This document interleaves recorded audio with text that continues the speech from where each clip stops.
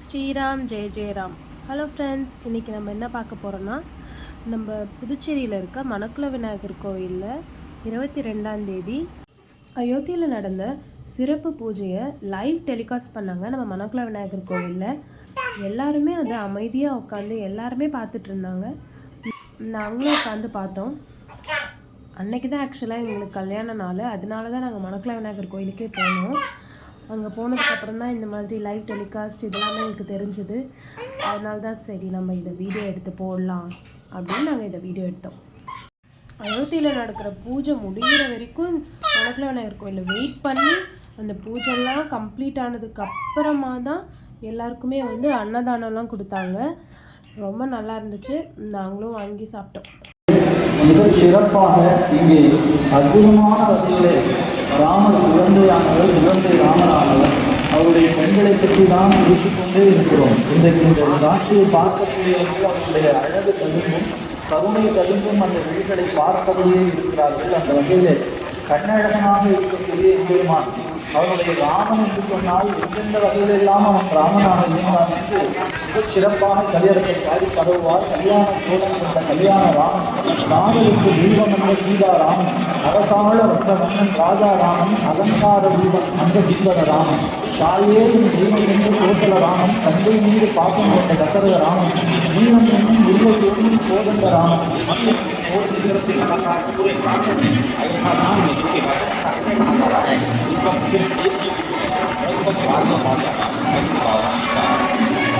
सुंदर मित्र मेघश्याम गंगा तुलसीशालिनी इस वक्त गर्भगृह में माँ गंगा विराजमान है, तुलसी विराजमान है, शालिग्राम भगवान स्वयं जो दामोदर कुंड से आए हैं वो विराजमान है। और ये सुंदर मित्र वही भगवान श्री राम जब रघुवंश के पति होते हैं वो रघुपति होते हैं। जब भगवान श्री राम का राज्याभिषेक होता है तो वो राजा राम होते हैं। जब वो महिला माँ का उद्धार करते हैं वो होते हैं पतित पावन। और जब धाम में जाकर मैया सीता के साथ उद्धार करते हैं तो वो जाते हैं सीताराम। लेकिन भगवान आज न रघुपति हैं, राजा राम हैं, पतित पावन हैं, सीताराम हैं, सिर्फ और सिर्फ कौशल्या के राघव हैं। आज पौष के शुक्ल द्वादशी के पावन दिवस पर जब भगवान श्री राम पधारे हैं, प्राण प्रतिष्ठित हुए हैं, तो माँ कौशल्या भगवान सूर्य जिनके वंश में भगवान श्री राम ने जन्म लिया सब जो प्रत्यक्ष दर्शन दे रहे हैं भगवान श्री सूर्य भाषण कर रहे हैं।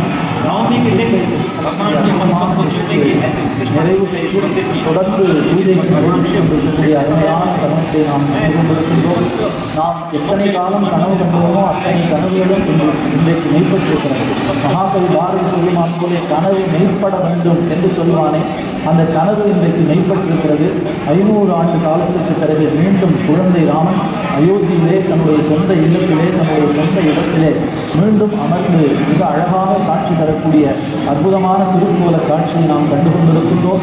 நாடிய பொருள் கைகூடும், ஞானமும் புகழும் உண்டாம், வீடியல் அழியதாக்கும், வேதியின் கமலை நோக்கும், நீடிய அரக்க சேனை நீரு வைத்து அழிய பாகல் சூடிய சிலை ராமன் தோல்மை உருவாக்கிய என்று